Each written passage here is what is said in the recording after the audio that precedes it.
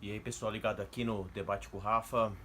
Mais um dia, mais um domingo triste aí pra nação tricolor. Mais uma derrota em clássico, dessa vez pro nosso eterno freguês aí, o Palmeiras. Se a gente perde duas seguidas pro Palmeiras, quer dizer que tem alguma coisa errada, ainda mais o nosso mando de campo. Ia gravar o vídeo ontem, gravei hoje pra esfriar um pouco a cabeça. Não foi difícil pensar em algo bem violento e puto pra falar, mas foi muito difícil pensar em algo ponderado. Acho que vale a pena ter calma em alguns pontos.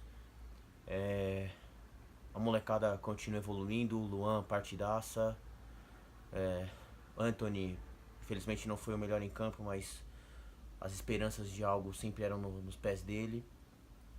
Ponto triste aí pro Pablo, que errou tudo que tentou, fez mais falta do que lance importante, escorregou em contra-ataque importante. A zaga nos momentos de defesa apareceu bem, apesar do Anderson Martins na saída de bola ter comprometido bastante e o Volpe também muito chutão pra frente. A gente viu o Hudson falhando no gol, mas até o gol tava bem, mas ele cobriu muito as costas do Hernanes também, que saiu machucado. O Hernanes evoluiu fisicamente, mas saiu machucado, outro ponto negativo. Mas o São Paulo precisa reforçar pensando grande. Se fosse conformar com o meio da tabela, ficar fora da Libertadores de 2020, mantém o elenco, não vende nenhum moleque, deixa os moleques amadurecer. Mas não devia ter vendido o Diego Souza, talvez tenha que repor aí alguém pra reserva do Pablo. E Raí, uma decepção muito grande, até agora nada, a janela fecha agora no final do mês, início do mês de abril.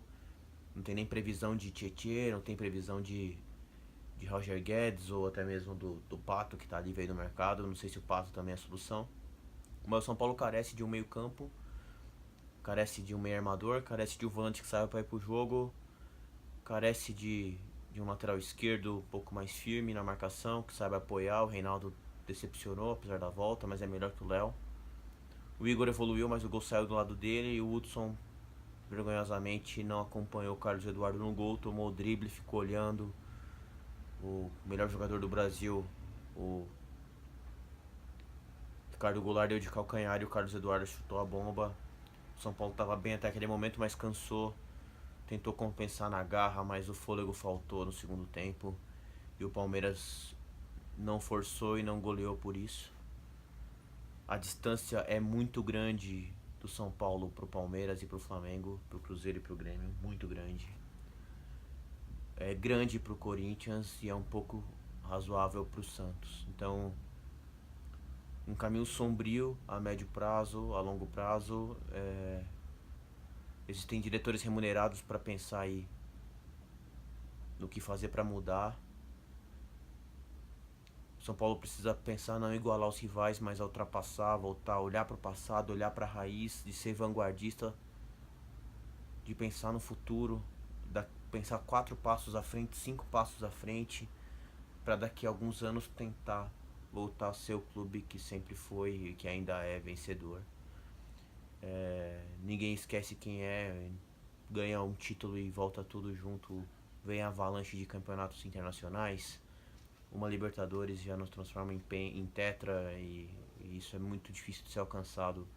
A gente não ganha desde 2005 e tem time importante que só tem uma ou que não tem nenhuma. Então a diretoria tem que pensar grande, não vai pensar grande para resultado imediato. Talvez aí umas 3 contratações de peso, um meia, um segundo volante e um atacante para compor o elenco, para poder deixar um pouco mais recheado de opções. Ontem no banco não tinha ninguém, nem o Nenê, que infelizmente é veterano, mas às vezes ajuda, não tava no banco. O Mancini errou na substituição do Hernanes quando ele colocou o Brenner, no meio campo ficou exposto, o Hudson já estava cansado. Quando o Felipão tirou o Borja, ele deixou os 3, 4 armadores dele flutuando entre a zaga e o volante. Então você tinha uma linha de 4 zagueiros com Igor, Arboleda, Anderson Martins e Reinaldo, uma linha de 2 com o Hudson e com o Luan. E quando ele tirou o Borja e colocou o Carlos Eduardo, ele puxou o Ricardo Goulart, às vezes até o Dudu como falso 9, e ficou Carlos Eduardo, Dudu, Ricardo Goulart e Scarpa flutuando entre os 4 zagueiros e a linha de 2 volantes. Então, o tempo de resposta para o zagueiro acompanhar esse meia era muito menor. E já com o cansaço físico, o Arboleda não conseguiu chegar no Carlos Eduardo e o Hudson não acompanhou depois do drible, porque também o setor tava sobrecarregado. Talvez a opção seria tirar o Hernanes como saiu machucado, colocar o William Farias no lugar para você fazer uma linha de 3 na frente da zaga.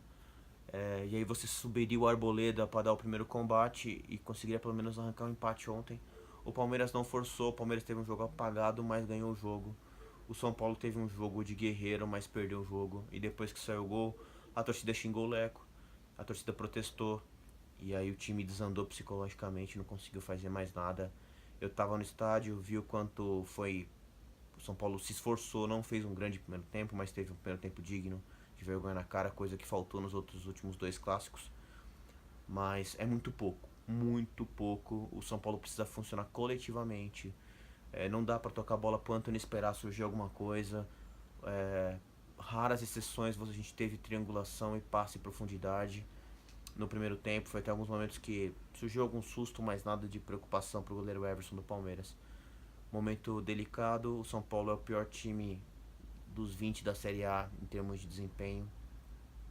E olha que temos um time aí muito ruim, de que veio da Série B como Fortaleza. O São Paulo não consegue fazer gol, o São Paulo não consegue evitar gol, o São Paulo não consegue trocar passe. Precisamos do Cuca urgente, precisamos de reforços para tentar ao menos fazer um campeonato brasileiro digno. Senão vai brigar para não cair com a molecada, vai ficar na parte de baixo da tabela, não vai ter aspiração a nada. E aí é uma escolha que todo mundo tem que fazer.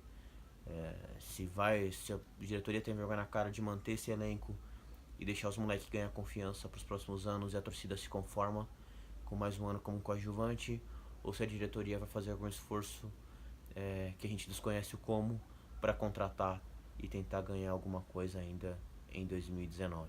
Beleza, galera? Não esquece de seguir o canal, de dar um like aí no sininho, like no vídeo. E vamos conversando, a fase não tá fácil, mas precisamos de uma luz aí no fim do túnel. Valeu, um grande abraço, fica com Deus e uma boa semana.